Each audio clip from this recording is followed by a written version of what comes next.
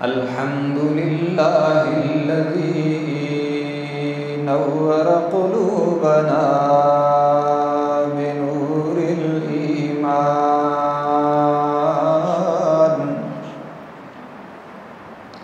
وزين أخلاقنا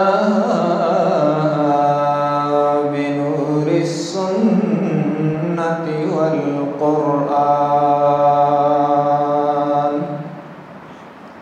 والصلاة والسلام على سيد الأنبياء محمد الذي أنزل عليه الفرقان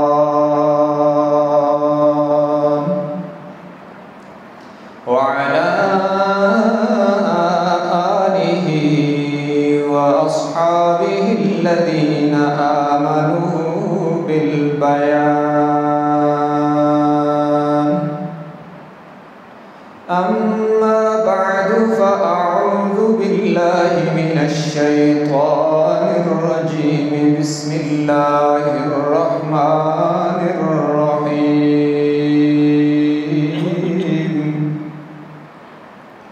قل هل يستوي الذين يعلمون والذين لا يعلمون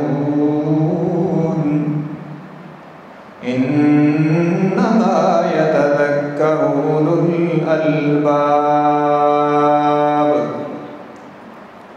وقال النبي صلى الله تبارك وتعالى عليه وسلم من سلك طريقا يلتمس فيه العلم سهل الله له طريقا إلى الجنة أو كما قال النبي صلى الله تبارك وتعالى عليه وسلم.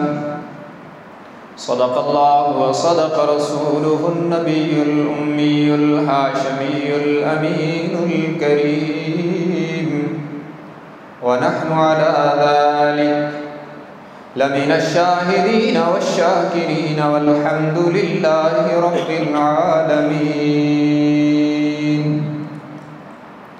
تمام ساتھی محبت عقیدت کے ساتھ نماز والا درود شریف پڑھ لیں. اللهم صل على محمد وعلى آل محمد كما صليت على إبراهيم وعلى آل إبراهيم إنك حميد مجيد. اللهم بارك على محمد وعلى آل محمد كما باركت على إبراهيم وعلى آل إبراهيم إنك حميد مجيد.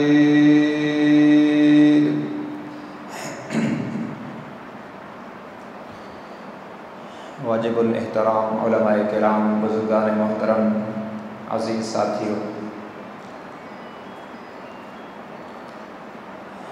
آج کا یہ پروگرام ایک دینی ادارے کے اندر پڑھنے والے خوش نصیب طلباء کی دستار بندی کا پروگرام بھی ہے اور ایک نئے ادارے کی افتتاحی تقریب بھی ہے. تو آج کی اس گفتگو میں نے آپ کی خدمت میں یہ عرض کرنا ہے کہ دینی مدارس کیا کر رہے ہیں، ان اداروں کی، ان درسگاہوں کی معاشرے کو ضرورت کیا ہے. اس لیے کہ دنیا میں کوئی بھی ادارہ بنتا ہے، کوئی مکتب بنتا ہے، کوئی فیکٹری بنتی ہے تو سب سے پہلا سوال ہوتا ہے کہ اس کی ضرورت کیا ہے، اس نے معاشرے کو کیا دینا ہے، اس کو کیوں بنایا گیا۔ تو آج میں اس سوال کا جواب عرض کروں گا کہ مدارس کی ضرورت کیا ہے، دینی مدرسوں کا معاشرے پر کیا اثر ہے، یہ معاشرے کو کیا دے رہے ہیں، ان کی انسانیت کو کتنی ضرورت ہے۔ آپ کو یہ بات سمجھ آ رہی ہے؟ آواز ٹکرا تو نہیں رہی؟ ساؤنڈ میں بعض دفعہ ایسا بھی ہوتا ہے کہ شور ہوتا ہے اور اگلے بندوں کو کچھ سمجھ میں نہیں آ رہی ہے، تو اگر ایسا ہو تو بتا دینا، آواز کم کر دیں گے، کیونکہ زیادہ ساؤنڈ کا شور نعت خوانوں کی ضرورت ہوتا ہے ہمارے لیے، تو بات سمجھ آنی چاہیے۔ آپ انتہائی توجہ سے تشریف فرما ہوں اور کوئی جملہ کوئی بات سمجھ میں آئے تو پھر دل کی گہرائیوں سے کہنا ہے سبحان اللہ، سب کہہ دیں۔ آپ بولتے رہیں گے تو مجھے پتہ چلے گا کہ بیٹھے ہیں، کیونکہ میں نے اندازہ سننے سے لگانا ہے، دیکھنے والا سسٹم تو اللہ نے بند کر کے رکھا ہے، تو اس لیے آپ بولتے رہیں، مہربانی ہوگی آپ کی، میری حوصلہ افزائی کرتے رہیں، ماشاءاللہ سبحان اللہ کہتے رہیں، جس سے مجھے اندازہ ہوتا رہے کہ سارے بیٹھے ہیں، توجہ سے بیٹھے ہیں۔ ایک بار پھر کہہ دیں سبحان اللہ۔ میرے معزز سامعین، اسباب کی دنیا میں، کیونکہ دنیا اسباب سے چل رہی ہے، اللہ نے اس کو اسباب سے جوڑا ہے، اسباب کی دنیا میں مدارس کے وجود کا فیضان ہے کہ روح اسلام باقی ہے۔ یہ جو آپ کو مساجد نظر آتی ہیں، یہ جو آپ کو سنت رسول سے سجے ہوئے چہرے نظر آتے ہیں، یہ جو آپ کو نماز پڑھتے لوگ نظر آتے ہیں، سروں پہ ٹوپیاں اور پگڑیاں نظر آتی ہیں، یہ سب اسلام کی تعلیمات کا نتیجہ ہے، اور یہ اسلام کی یہ تعلیمات اسباب کی دنیا میں باقی ہیں تو یہ مدارس کے وجود کی برکت ہے۔ یہ اس وقت مادیت پرستی کی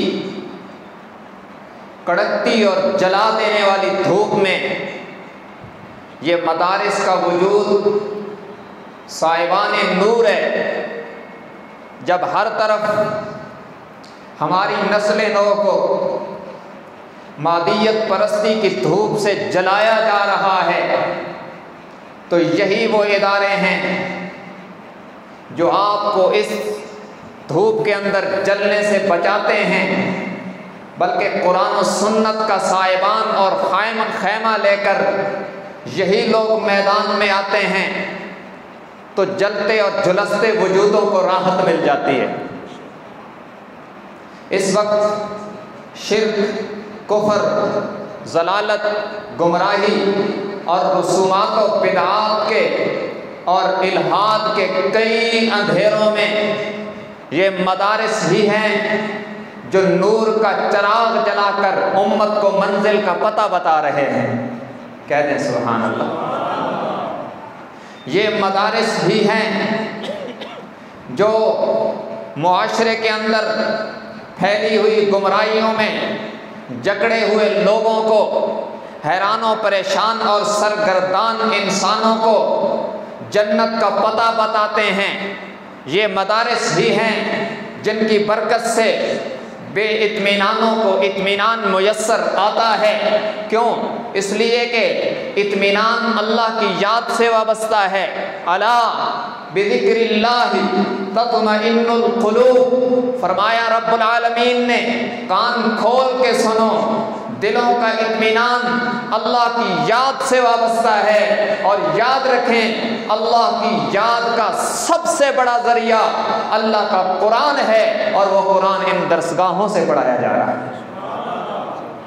تو مدارس بے اطمینانوں کو اطمینان دیتے ہیں، بلکہ اس سے اگلی بات کہتا ہوں، یہ مدارس ہی ہیں جو معاشرے کو اچھے انسان دیتے ہیں۔ دنیا کے اندر جتنے ادارے ہیں، جتنے فیکٹریاں کام کر رہی ہیں، بڑی بڑی NGOs کام کر رہی ہیں، لوگوں نے جہاز بنا کر فضا میں اڑا دیے، لیکن میں ایک جملہ عرض کرتا ہوں ان علماء کی موجودگی میں، دنیا کی جتنی مرضی ترقی ہو جائے، دنیاوی ادارے اچھا سامان تو بنا سکتے ہیں، اچھے انسان نہیں بنا سکتے۔ یہ اچھے انسان یہ لوگ بناتے ہیں، یہ مدارس، یہ مکاتب، یہ مدارس، یہ مساجد، یہ خانقاہیں ہیں جن سے وہ لوگ تیار ہوتے ہیں جن کے کردار سے نبوت کا مبارک زمانہ یاد آتا ہے۔ دیکھو نا، کبھی تاریخ نے دیکھا، چشم فلک نے رش کی نگاہ سے دیکھا ایک شخص کو کہ وقت کا امیر المومنین بھی ہے اور قوم کا خادم بھی ہے۔ کبھی چشم فلک نے یہ نظارہ دیکھا، وقت کا امیر المومنین ہے، 22 لاکھ مربع میل پر اس کا آرڈر چلتا ہے، مگر کرتے پہ پیمد نظر آتے ہیں۔ اور پھر اس دور میں مدرسے سے، مسجد سے اور ان درسگاہوں پہ بیٹھ کر، ان چٹائیوں پہ بیٹھ کر فرمان خدا اور فرمان مصطفیٰ پڑھنے والا ایک مرد کلندر آپ کی قومی اسمبلی میں پہنچا، مذہبی وزیر مذہبی امور بن گیا، مگر وہ اتنا درویش تھا، جب کچے مکان سے اس کا جنازہ اٹھا تو حضرت عمر کے کردار کی یاد تازہ ہو گئی۔ یہ اچھے انسان پیدا کرتے ہیں، رجال سازی کا کام کرتے ہیں۔ یہ ادارے ہی وہ کامیاب ادارے ہیں جو بیکار کو بھی کام کا بنا دیتے ہیں۔ جس ادارے میں آپ جائیں نا، آپ کے بچے کے مختلف ٹیسٹ لیں گے اور ان میں پاس ہوگا، لائق ترین ہوگا، لیا جائے گا، نالائق ہوگا وہ کہیں گے ہمارے ہاں یہ معیار ہے، یہ آپ کا بچہ یعنی ہمارا ادارہ اس کو نہیں لیتا۔ اور ایسا کئی بار نہیں ہوا، والدین نے کہا کہ یہ بچہ سکول میں نہیں چل سکتا، اس کو مدرسے میں داخل کروا دو، اور وہی جب یہاں آیا ان لوگوں نے محنت کر کے اسی کو نکھارا، اور ایک وقت آیا کہ وہ علوم نبوت کا وارث بن کر ممبر رسول پہ بیٹھ کر کئیوں کی ہدایت کا ذریعہ بنا۔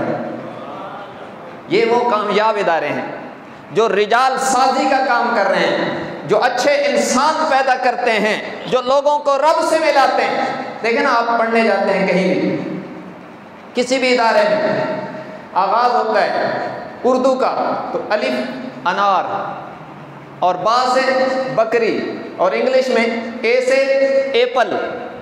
کھانے کی بات کرتے ہیں، وہاں سب سے پہلے کھانے کی بات ہے، جب یہاں آتا ہے تو سب سے پہلے الف سے اللہ بنتا ہے، یہ سب سے پہلے رب سے ملاتے ہیں۔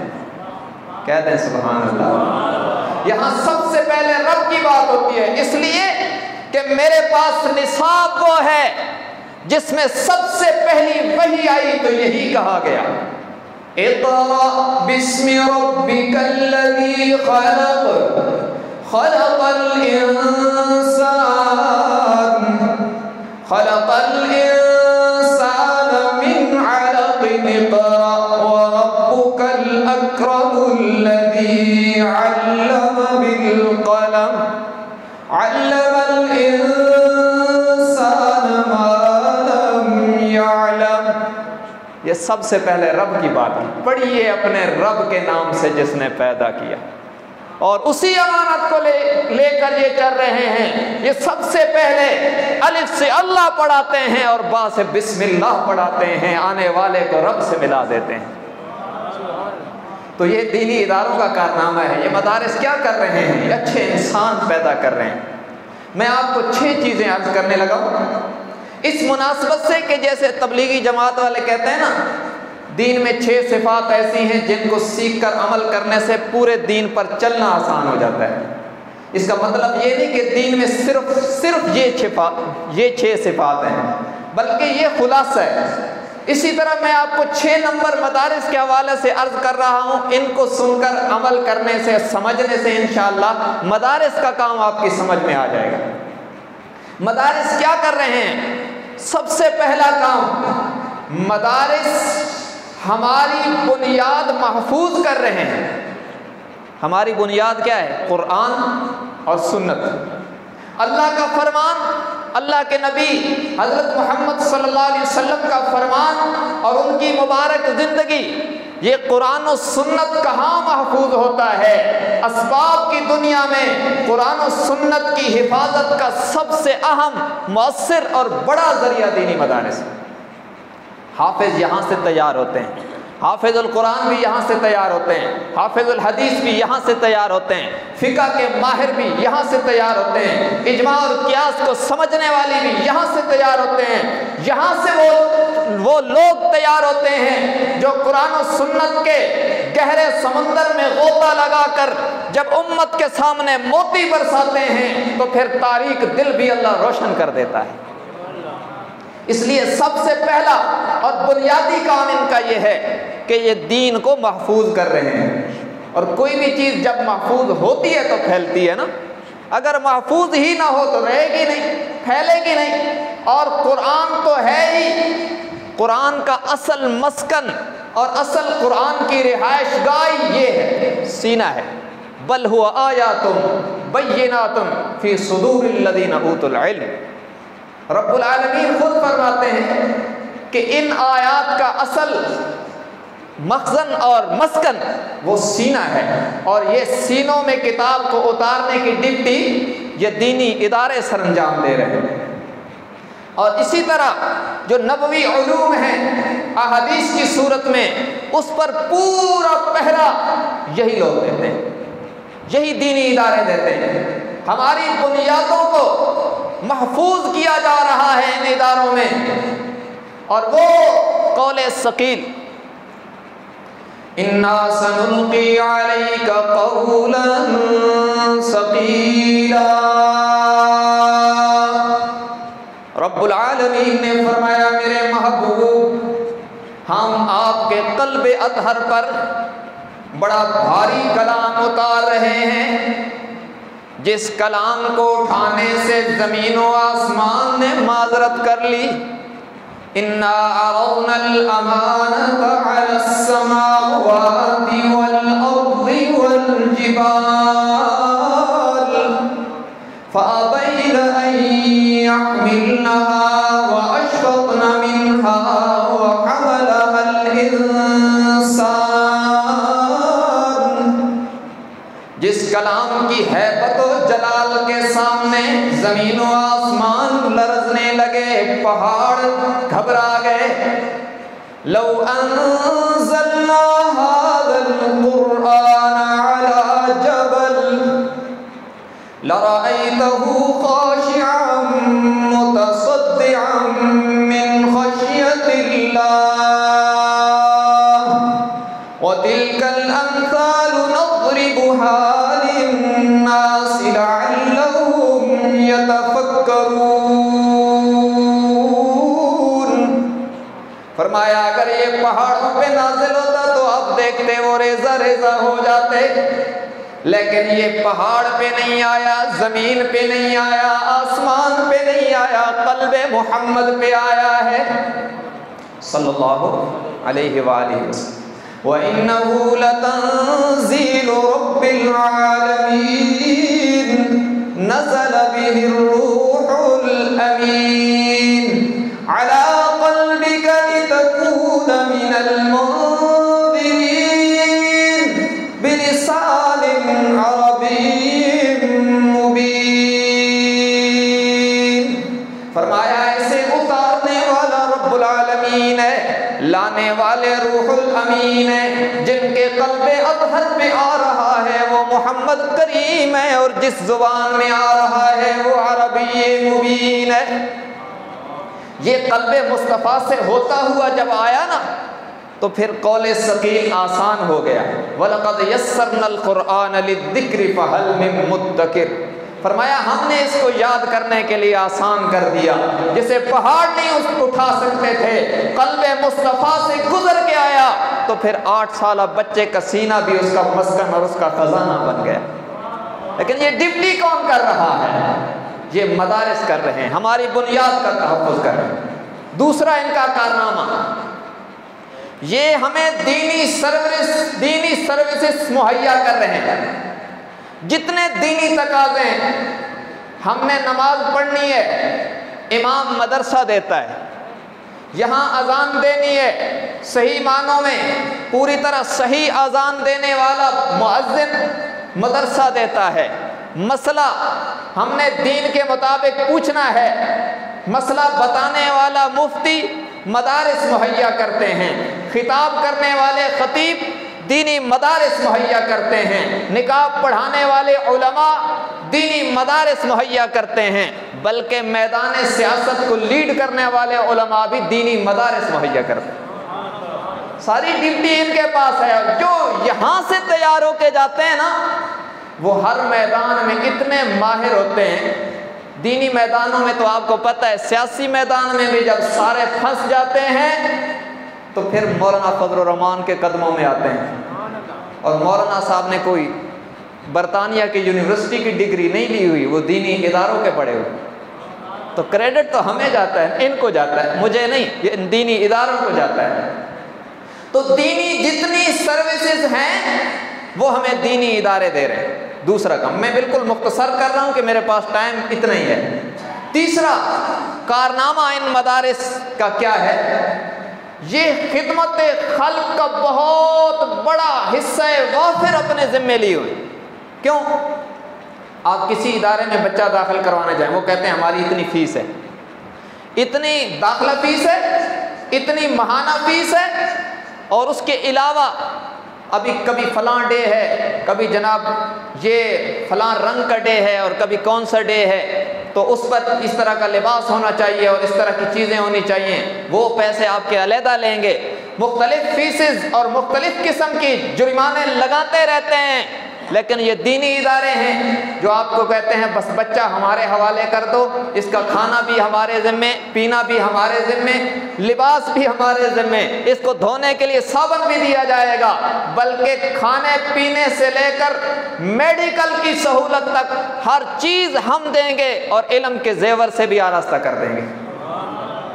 ایسا ویلفیئر کا ادارہ کوئی مثال پیش نہیں کر سکتا جو اتنی بے لوثی سے کام کر رہے ہیں، سب کچھ دیتے ہیں۔ بلکہ یوں بھی ہوا کہ بعض ادارے اس سے آگے بڑھ کر بچوں کو پڑھاتے بھی ہیں، علم بھی دیتے ہیں، وظیفے بھی دیتے ہیں کہ غریب بچے ہیں، طلباء مسافر ہیں، ان کا کچھ تعاون بھی ہوتا رہے۔ تو یہ دینی ادارے، یہ دینی اداروں کا کارنامہ ہے۔ نمبر 4، چوتھی بات، چوتھا کارنامہ ان مدارس کا یہ ہے کہ انہوں نے علم کو عبادت بنایا ہے، تجارت نہیں بنایا۔ دیکھیں نا، آپ کسی بھی دنیاوی علوم کے پڑھے ہوئے، دنیاوی فنون کے پڑھے ہوئے بندے کے پاس چلے جائیں، وکیل کے پاس جائیں، میرا کیس ہے، وہ کہے گا آپ کے وکالت نامے پر دستخط کرنے سے پہلے میری اتنی فیس ہے، وہ دو گے تو کام ہوگا۔ اور وہ کیوں کر رہا ہے؟ اس لیے کہ اس نے یہ تعلیم خریدی ہوئی ہے۔ ڈاکٹر کے پاس جاؤ، وہ کہے گا اتنی فیس جمع کروا کے وہ پرچی لے کے آؤ، فیس دو گے چیک ہوگے، فیس دو گے مقدمہ لڑا جائے گا۔ لیکن کبھی مولانا یونس صاحب سے بندہ مسئلہ پوچھنے آئے تو کبھی انہوں نے کہا کہ میری مسئلہ بتانے کی 500 فیس ہے، کبھی ایسا نہیں ہوا۔ آپ نے کبھی یہ نہیں دیکھا ہوگا کہ مفتی صاحب کو آپ نے فون کیا، حضرت میں نے یہ مسئلہ پوچھنا ہے، انہوں نے کہا میرا مسئلہ بتانے کی اتنی فیس ہے۔ نہ، انہوں نے علم کو تجارت نہیں بنایا، عبادت بنایا ہے۔ اس لیے کہ جہاں سے انہوں نے سیکھا ہے وہاں بھی علم تجارت سمجھ کے نہیں سکھایا جاتا، عبادت سمجھ کے سکھایا جاتا ہے۔ یہ دینی ادارے ہیں۔ مجھے مولانا یونس صاحب نے حکم فرمایا کہ آپ نے یہاں آ کر کچھ کہنا ہے، تو میں آ گیا۔ اب یہ تو نہیں کہ میں ان کو پہلے کہوں حضرت میری اتنی فیس ہے، وہ ذرا بھیج دو تب آؤں گا، ایسا نہیں ہے۔ کیوں کہ ہمیں سبق یہ ملا ہے کہ یہ کام عبادت سمجھ کے کرنا ہے تاکہ اللہ راضی ہو جائے، اور جب اللہ راضی ہو جائے گا تو ہمارا کام بن جائے گا۔ رازق تو اللہ ہے، اور یہ بات میرے ذہن میں آ گئی، یہ بھی سن لو، رازق اللہ ہے، اس کی تقسیم ہے کس کو کہاں بٹھا کے رزق دینا ہے۔ اور یہ بھی یاد رکھیں، میں کسی شعبے کی تضحیق نہیں کر رہا، توہین نہیں کر رہا۔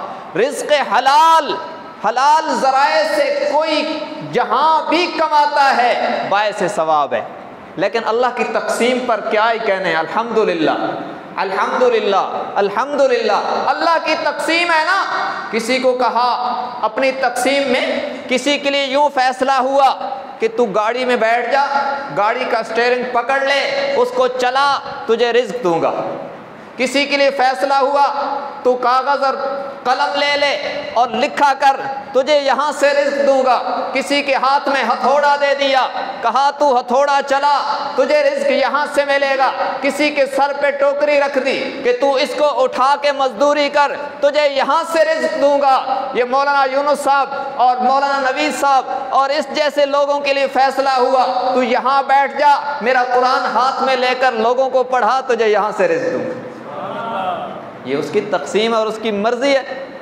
اور استاد جی مولانا زاہد الراشدی صاحب مدظلہ العالی نے ایک بار ہمیں فرمایا کہ ایک دفعہ گجرانوالہ کے ڈی سی نے اجلاس بلایا علماء کا، کوئی امن کمیٹی کی میٹنگ تھی، تو کہتے ہیں ڈی سی صاحب نے بیان کیا اور بار بار یہ جملہ کہیں کہ مجھے بڑا دکھ ہے، علماء کی روزی عوام کے جیبوں سے وابستہ ہے۔